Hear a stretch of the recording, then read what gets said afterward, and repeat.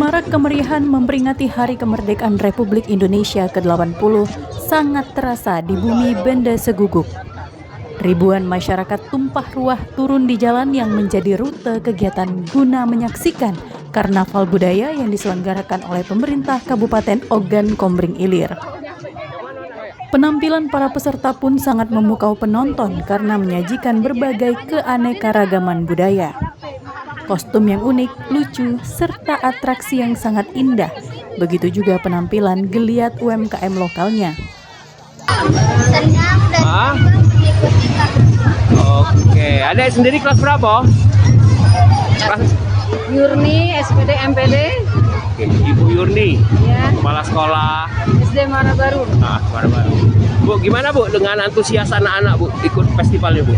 Oh, sangat antusias, baik siswa maupun guru sangat antusias. Hingga kami bangga sekali mengadakan karnaval tahun ini, hari ulang tahun yang ke-80.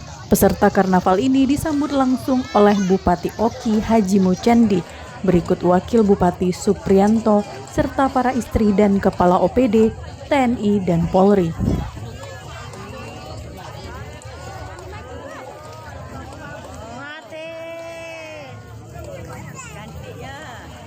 Dari Kabupaten Oki, Fitriadi iNews melaporkan.